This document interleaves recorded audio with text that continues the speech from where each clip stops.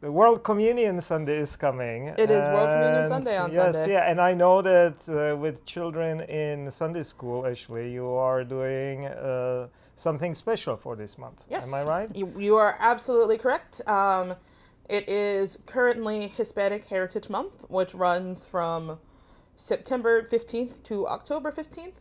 Yeah. And we have been doing special lessons around different religious and cultural celebrations and holidays. And so we've done Dia de los Muertos, we've done Dia de los Reyes, which it's been really fun to do these lessons, and also really interesting for me personally, because I don't speak Spanish, and I think this is but I think this is the most I've ever had to interact with the Spanish language outside of actually being in a Spanish-speaking country, and it's been interesting. I've learned a bunch of languages over time. I studied French, I studied Italian, I studied Hebrew, I studied Greek, but I always have a hard time with them. I have a hard time crossing over and sort of applying meanings to different things.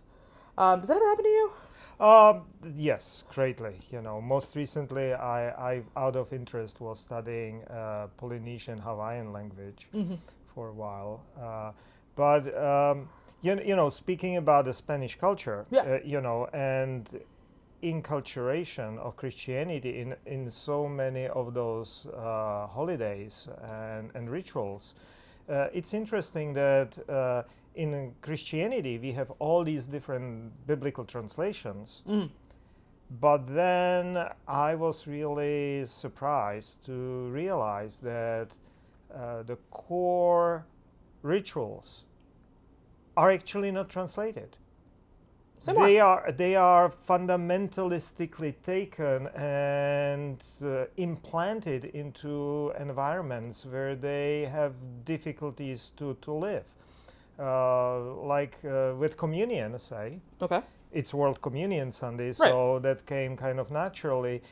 Think about it, first Christian missionaries took viticulture, growing of grapevine, to as far as north as Scotland or Sweden, where it definitely struggled and still struggles, and as south as Caribbean or Brazil, where it again struggles because it's too hot. In Scotland it's too cold, in Brazil or in Caribbean it's too hot. Yeah.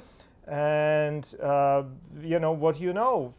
second voyage of Columbus, he took Vitis vinifera, grapevine, with him and planted it in Hispaniola. Yeah, one of the many dumb things he did. Yeah, and so I thought, so we are taking Mediterranean staple food and spreading it all over the world without actually thinking or translating it into the local culture. Yeah. So what is with the translatability or non-translatability of those rituals? You actually just reminded me of something too, sort of in the opposite way. So I was doing a little bit of research on like Mesoamerican culture and Aztecs and Mexico and all of that. And have you ever made a tortilla? Yes. Yeah. In Czech Republic. From the very beginning, like literally from putting the corn, making the cornmeal and all of that. Not all the way, but I bake them on an cast iron plate in my kitchen. Right. In Czech Republic, because they were not available when I wanted to celebrate the feast with my congregation. So I simply made, 20, 30 tortillas in my kitchen. It was full of smoke.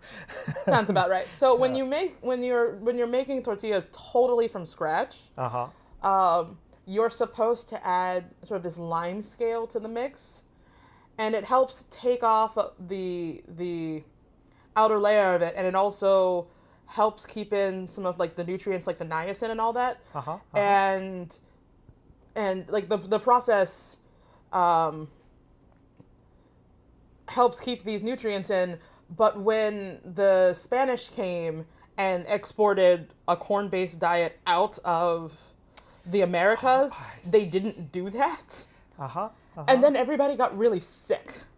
Oh yeah, of course, because they were missing vitamins. Right. So you have on the one hand with Columbus and with all the folks with the grapes, and trying to get the wine, forcing something onto places where it did not where prosper. It didn't prosper. And in this case, you have folks taking something away, but not actually doing it right and suffering consequences for it.